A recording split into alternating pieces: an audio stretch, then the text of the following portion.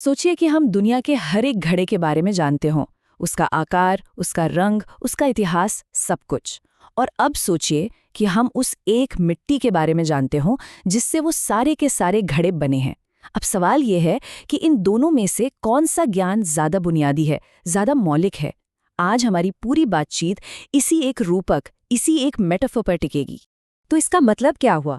क्या ज्ञान का मतलब सिर्फ ढेर सारी जानकारी, ढेर सारे फैक्ट्स जमा कर लेना है, या फिर इसका कोई और ज्यादा गहरा, ज्यादा फंडामेंटल रूप भी है? यही सवाल हमें एक बहुत ही मजेदार फलसफे के सफर पर ले जाने वाला है। देखिए, प्राचीन भारतीय दर्शन में ना ज्ञान के दो प्रकार बताए गए हैं। पहला है अपराविद्या। सीधा सा मतलब है दुनिया की हर एक चीज का ज्ञान, साइंस, आर्ट्स, हिस्ट्री, जो कुछ भी हम देख पढ़ या समझ सकते हैं। हमारे मेटाफर के हिसाब से कहें तो ये है घड़ों का ज्ञान। और फिर आता है दूसरा, पराविद्या।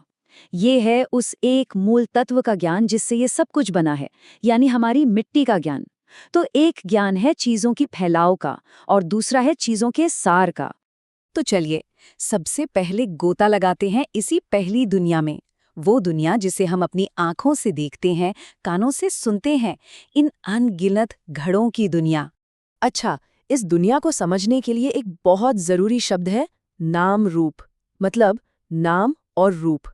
ये उन सभी चीजों के लिए इस्तेमाल होता है जिन्हें हम कोई नाम दे सकते हैं या जिनका कोई आकार, कोई फॉर्म देख सकते हैं। और मजे की बात यह है कि वेदांत दर्शन कहता है कि ये पूरा का पूरा जो जगत हमें दिख रहा है ना, ये दरअसल माया है, एक तरह का इल्यूजन जो एक बहुत गहरी सच्चाई के ऊपर बस एक पर्दा है। और जानते हैं सबसे दिलचस्प बात क्या है? ये नाम रूप सिर्फ बाहर की चीजों तक सीमित नहीं है। मतलब पेड़, कारें, इमारतें, ये स्थूल वस्तुएं तो हैं ही, लेकिन हमारे खुद के विचार, हमारी भावनाएं, हमारे एहसास, ये सब सूक्ष्म वस्तुएं हैं। और तो और हमारे सपने, हमारी यादें, ये जो अमूर्त चीजें हैं, वो भी इसी में आती हैं। असल में देखा जाए तो हमारा पूरा का पूरा एक्सपीरियंस ही नाम रूप की दुनिया है। तो ठीक है, अगर ये पूरी दुनिया अनगिनत घड़ों की तरह है, तो सवाल फिर से वही है, वो मिट्टी क्या है जिससे ये सब बना है? तो चलिए अब इन दिखावों की दुनिया से थोड़ा और गहरा उतरते हैं और उस असली सब्सटेंस को खोजते हैं जो इन सब का आधार है। और ये सवाल ये हमें हमारी खोज में और भी ज्यादा गहराई में ले जाता है। जरा सोचिए, हमारे सारे अनुभव, हमारे विचार, हमारी भावनाएं, सब कुछ पल पल बदल रहा है। तो क्या कुछ ऐसा भी है जो कभी नहीं बदलता? वो कौन सा पर्दा है, वो कौन सी स्क्रीन है जिस पर ये सारा तमाशा, ये सारा खेल चल रहा है? वेदांत इसका जवाब एक शब्द में देता है, ब्रह्मा। यही है वो परम सत्य, यही है वो मिट्टी जिससे अस्तित्व के सारे घड़े बने हैं। ये फॉर्मलेस है, इनफिनाइट है, इटर्नल है। एक बात साफ कर लें, ये कोई आसमान में बैठा हुआ भगवान नहीं है, नहीं, ये तो खुद अस्तित्व का, एग्जिस्टेंस का सार है। तो सवाल उठता है कि ये ब्रह्म आखिर है क्या? इसे समझने के लिए 3 शब्द दिए गए हैं, सत, चित, आनंद। सत का मतलब है प्योर एग्जिस्टेंस, वो जो बस है हमेशा। चित यानी प्योर कॉन्शियसनेस, वो जागरूकता जो हर चीज को जानती है। और आनंद मतलब प्योर ब्लिस, परम आनंद। और इन तीनों को मिलाकर बनता है ब्रह्म का असली स्वरूप, सत, चित, आनंद। ठीक है, तो अब तक हमने 2 चीजों की बात की। एक तरफ ये दुनिया है, यानी घड़े, और दूसरी तरफ वो परम सत्य, यानी मिट्टी। लेकिन इन दोनों के बीच कोई कनेक्शन है, कोई लिंक? और सबसे जरूरी बात, हम अपने ही एक्सपीरियंस में इसे कैसे खोज सकते हैं? चलिए अब इसे ही देखते हैं। और ये कोई हवाई सवाल नहीं है, ये बहुत ही प्रैक्टिकल सवाल है। अगर वो इटर्नल एलिमेंट, वो शाश्वत तत्व हमारे अंदर ही है, तो फिर हम उसे अपने हर पल बदलते विचारों, भावनाओं और अनुभवों से अलग करके पहचाने कैसे? इसका जवाब छिपा है साक्षी के कॉन्सेप्ट में। साक्षी का मतलब है द विटनेस, यानी गवाह।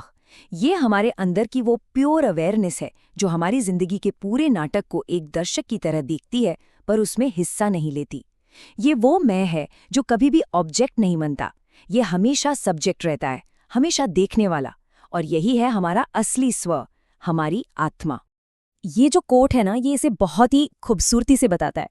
सोचिए, हम अपनी आंखों से दुनिया को देखते हैं, हम अपने मन से जानते हैं कि आंखें देख रही हैं, लेकिन मन में जो विचार उठ रहे हैं उनको कौन देख रहा है?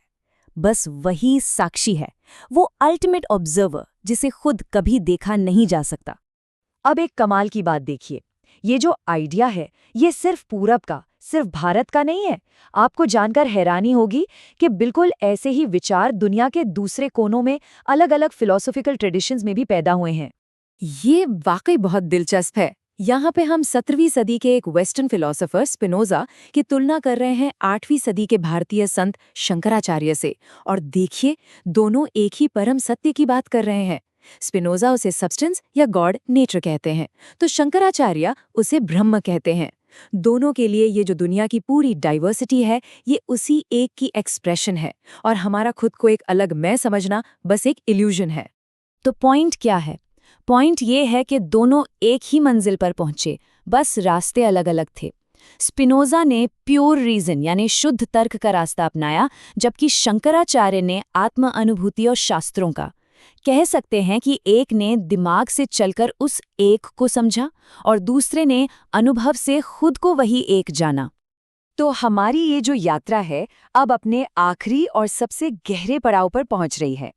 अब हम दृष्टा और दृश्य यानी देखने वाला और देखी जाने वाली चीज, इस डुअलिटी से भी आगे जाने की बात करेंगे। अब तक हमने साक्षी की बात की, यानी उस विटनेस की जो दुनिया को देखता है। लेकिन सोचिए, क्या कोई ऐसी स्टेट, कोई ऐसी अवस्था भी हो सकती है जहां देखने वाला और देखी जाने वाली चीज दोनों का फर्क ही खत्म हो जाए, जहां सीयर और सीन न हो, सिर्फ सीइंग बचे? श्री रमन महर्षि का ये जो कथन है ये ठीक उसी परम अवस्था की ओर इशारा कर रहा है। ये एब्सोल्यूट यूनिटी की स्टेज है, एक ऐसी स्थिति जहां जानने वाला, जानने की प्रक्रिया और जानी जाने वाली चीज, ये तीनों भेद खत्म हो जाते हैं और बचती है तो सिर्फ शुद्ध अनंत चेतना। तो आखिर में हम घूम फिर कर वापस उसी सवाल पर आ जाते हैं जो इस पूरी बातचीत की जड़ में है। एक ज्ञान है अपराविद्या, जो हमें दुनिया के बारे में बताता है। दूसरा है पराविद्या, जो उस एक परम सत्य के बारे में बताता है। लेकिन आखिरी सवाल तो यही बचता है कि इस सारे ज्ञान को जानने वाला कौन है?